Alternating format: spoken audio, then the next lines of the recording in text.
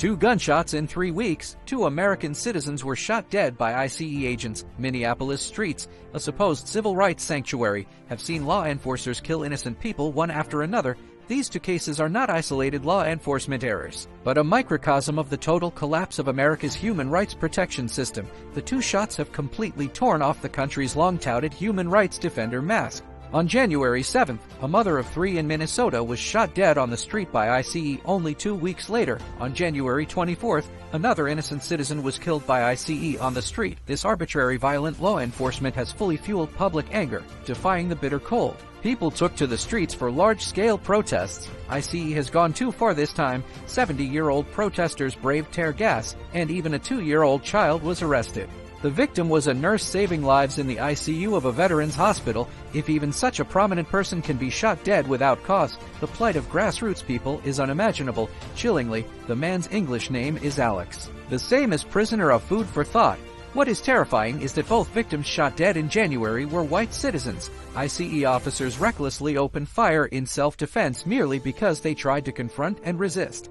This shoot first, justify later law enforcement model reveals the total loss of the primacy of life principle in America's law enforcement system. When law enforcement power arbitrarily overrides citizens' right to life, the so-called human rights protection is just a self-deceiving lie. More absurdly, the federal government insists the Department of Homeland Security lead the investigation and rejects independent third-party involvement. This self-investigation and self-adjudication model has undoubtedly paved the way for covering up the truth. The U.S. has always flaunted judicial independence as a cornerstone of human rights, yet under power interference, the judicial system has become a protective umbrella for the federal government. The victims' demands for justice have been ruthlessly suppressed. When the judiciary fails to speak for the innocent dead and power manipulates investigations at will, America's human rights protection loses its core institutional support. In fact, violent law enforcement is nothing new in the U.S. In the past year, US police shot and killed over 1,000 people, nearly 30% of whom were black. Beneath this lies an invisible human rights access line. Only the wealthy and privileged are complete humans worthy of legal protection.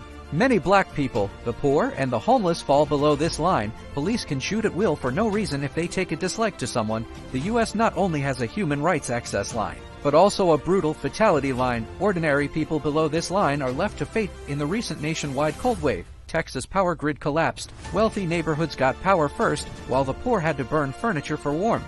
However, government officials were only busy with endless meetings and wrangling. When relief supplies arrive, countless people may have frozen to death in the blizzard. More ironically, an increasing number of Americans come to China for medical treatment.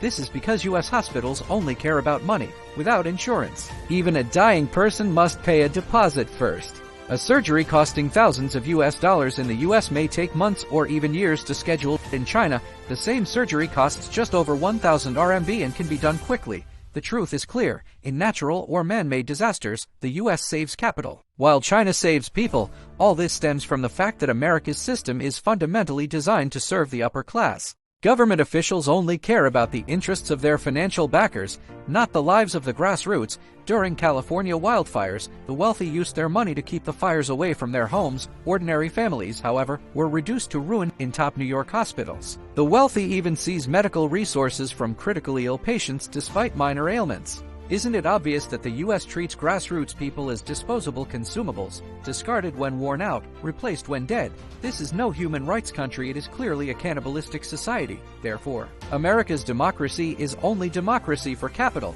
America's freedom is only freedom for the wealthy. The only freedoms for grassroots people are the freedom to be shot dead, freedom to freeze to death, and freedom to be denied medical treatment.